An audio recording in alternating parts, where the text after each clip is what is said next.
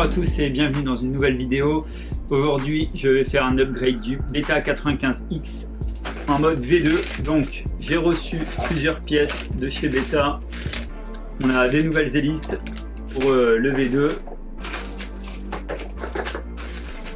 Des straps un peu plus longs parce que quand on veut mettre des plus grosses batteries c'est un peu compliqué. Donc voilà, nouveau strap. J'ai recommandé une frame basique, donc ça c'est de la frame injectée en plastique, c'est de l'injection plastique.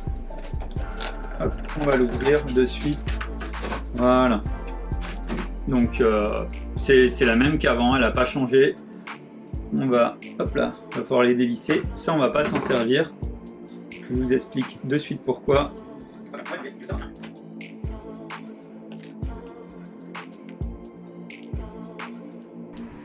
Alors c'est cool qu'il y ait cette V2, maintenant il est livré, hein, si vous voulez commander directement, il est livré en mode V2. Mais ceux qui ont une V1 et qui ne veulent pas racheter un nouveau drone, voilà, ça sert plus à rien. Alors je vous montre du coup cette partie là qu'on garde, les petits systèmes antidérapants pour la batterie, on va pouvoir les mettre sur la nouvelle, mais peut-être qu'il y en a là-dedans. Alors, ça c'est le kit de la V2, dedans.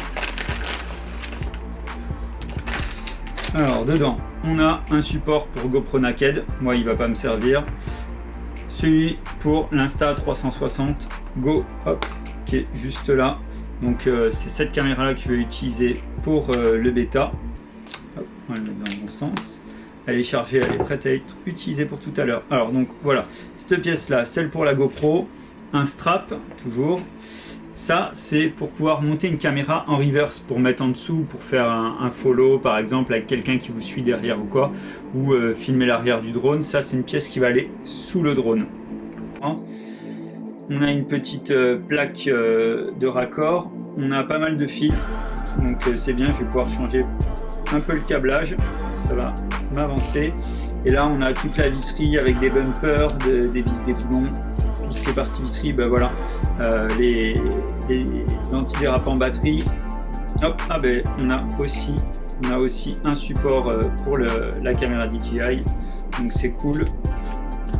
Ça c'est le support d'antenne, mais pareil, moi je suis toujours avec le Caddx d'origine, donc j'ai pas l'antenne de chez Beta, donc voilà. Et ça c'est la nouvelle frame. Alors hop, voilà, comparé à avant.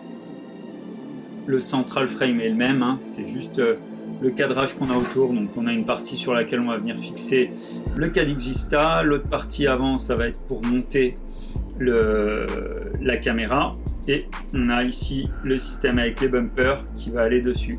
Voilà, allez, on passe au montage. Alors déjà on va pouvoir commencer par démonter les moteurs et pouvoir enlever l'ancienne top plate. On peut la laisser de côté, on n'en aura plus besoin. Maintenant, il va falloir débrancher tous les moteurs, on les garde de côté.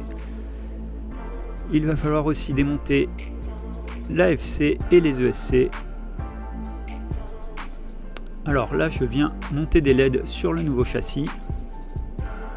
Ensuite, il faut remettre en place l'AFC et les ESC. Chose que vous n'aurez pas à faire si vous ne changez pas le châssis et que vous partez depuis une V1 qui était déjà adaptée en naked. On va donc venir monter les bumpers qui vont servir à la stabilisation de la caméra. Ensuite, on va pouvoir remonter la caméra DJI ainsi que le Caddx Vista sur la nouvelle top frame. Alors je vais devoir rallonger tous les câbles car je suis un peu juste en distance avec l'orientation du Caddx Vista. Donc je vais rallonger tout ça. Alors un petit tips en plus, c'est que je me suis connecté directement à la sortie des ESC pour connecter le Caddx Vista au lieu de me connecter au 9 volts. Je me suis rendu compte que j'avais une meilleure portée en me connectant en direct batterie. Donc on va pouvoir enfin remonter les ESC. Il suffit maintenant de remettre tous les moteurs à leur place.